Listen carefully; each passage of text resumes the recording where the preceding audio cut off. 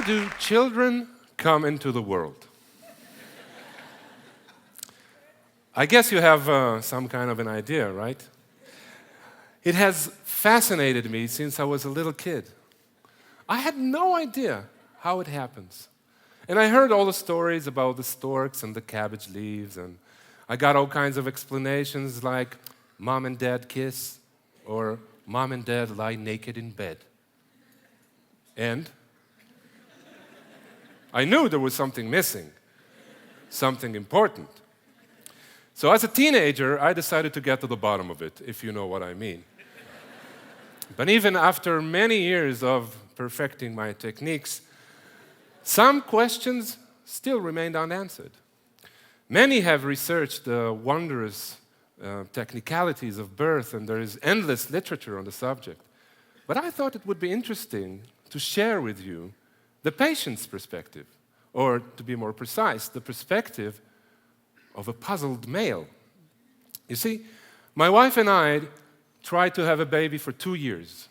And it wasn't supposed to be that complicated, but still, didn't work. So we shared our friends with our problems, and they gave us some very fuzzy advice, like eat a lot of greens, or take zinc pills. And we also got plenty of advice from random grandmas. Put whiskey. Where?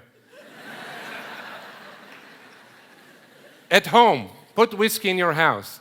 What do you mean? Well, spill it on the floor, rub it into something, just hold the bottle? Yes, now sit down and eat.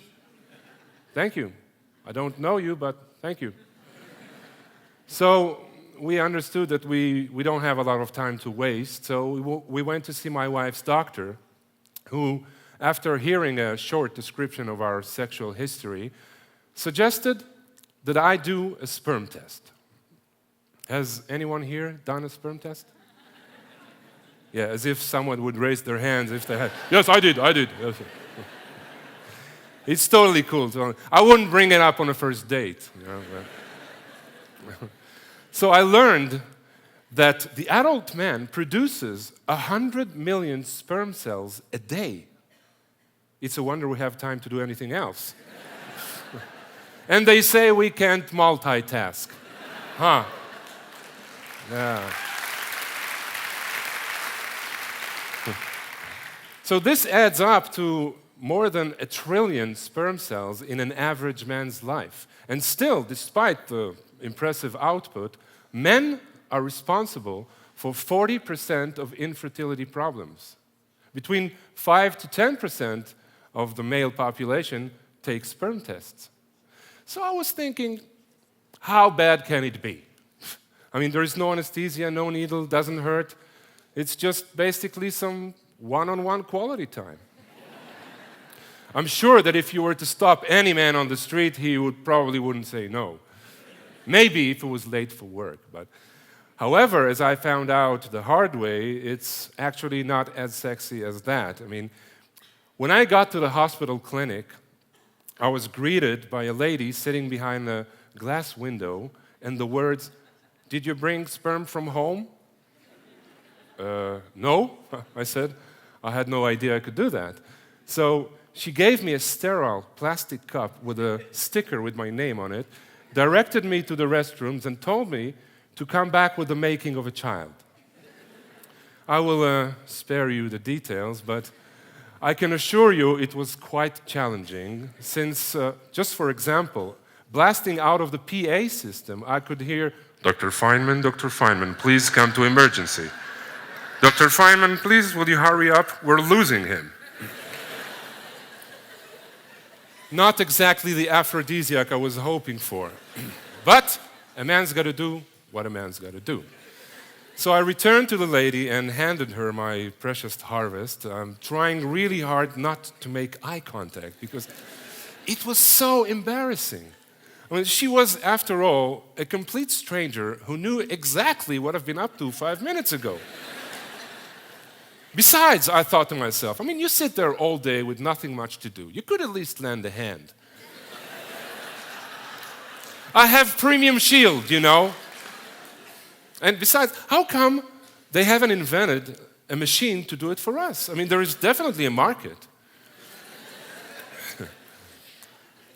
When the doctor saw the result of my test, his smile disappeared, and he said, "This looks really bad." And he sent me off for some more tests to find out why my sperm looks like placebo. This was no doubt one of the toughest moments in my life. It was like being told that I'm not a real man. I was gripped by fear. Could it be that I will never be able to be a father? That I will never realize my potential? Literally. So I went back home with my wife. We curled under the duvet and we just stayed in bed for the rest of the day. It was really terrible. I felt like a failure. They haven't found out exactly what my problem is, but I was told that my sperm is lazy. How insulting! I mean, what is lazy sperm? No, just pass me. I'm tying my lace. Just go ahead. It's really depressing. And to think of all the money I wasted on condoms.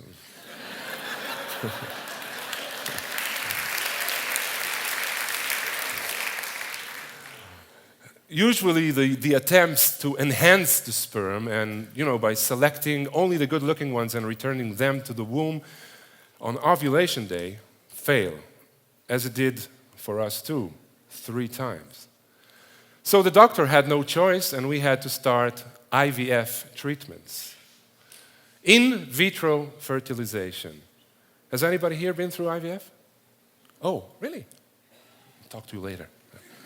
Is anybody here a result of IVF? It sounded really threatening in the beginning. IVF, But after a short while, we realized it was almost as popular as buttocks. So just to clue you in, this is how IVF works. Harvested sperm fertilizes the ovule outside the woman's body in a lab. The fertilized ovule is then returned to the womb, where, if successful, a normal pregnancy develops. IVF technique was first developed in Britain in 1978. And today, around 1% of all the births in the Western world are a result of IVF. In other words, when I asked you, the audience, if you've been through IVF, around 8 people should have raised their hands. IVF is a long process. I mean, the woman is put under anesthesia and the ovules have to be extracted. You can Google it. But one thing is certain. It ain't no picnic. Especially since new tenants came into our lives. Hormones.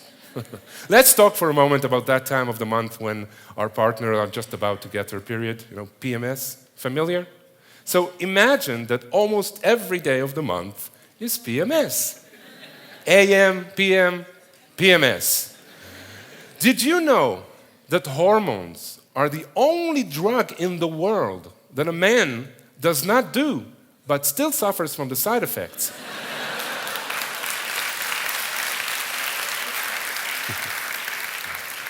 So we went through 6 cycles of IVF in a year, and in each cycle, the 1 or 2 embryos that were created in the lab is returned to the womb, and then there is a 2 weeks waiting period before we can get a result from the hospital. They call us with the good or the bad news.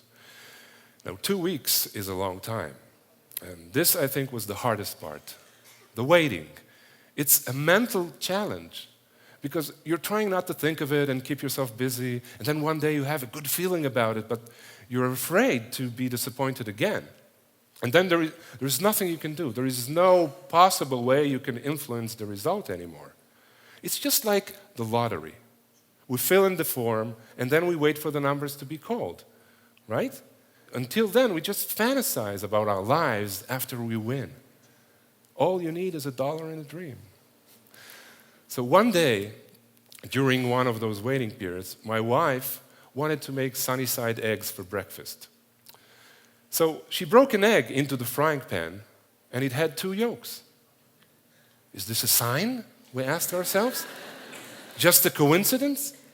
The next egg also had 2 yolks, and so did the next. Twins? Are we up for that? Well, after all, 6 eggs don't lie. I mean, we fantasized so much during those waiting periods. I mean, will it be a boy or a girl? What would they look like? What would we name them? Each time we got a negative result, we were devastated. Maybe it will never happen. It was like a boxing match with too many rounds, and we had to pick ourselves up after each knockout, raise our heads up with renewed patience and faith in the process. On the other hand, IVF provided us with some rare and extraordinary experiences, really. Before the fertilized ovule was returned to my wife's womb, we were able to see it enlarged on a monitor screen, just moments before it was reinserted. Not many people enjoy such a privilege. Thus, we got a glimpse of this wondrous and thank you. Wondrous metamorphosis between a 6-cell embryo and this golden angel. So what I really want to say is this. Firstly, don't take life too seriously. Huh? And secondly, this long journey has been well worth it because at the end of it, we were blessed with 2 amazing daughters, Noga and Mia, who was born 5 months ago after 13 cycles of IVF over 18-month period.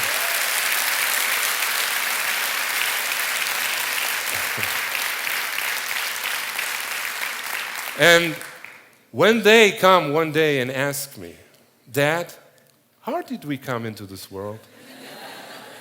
I will be able to show them this talk, which is the real reason why I came here today.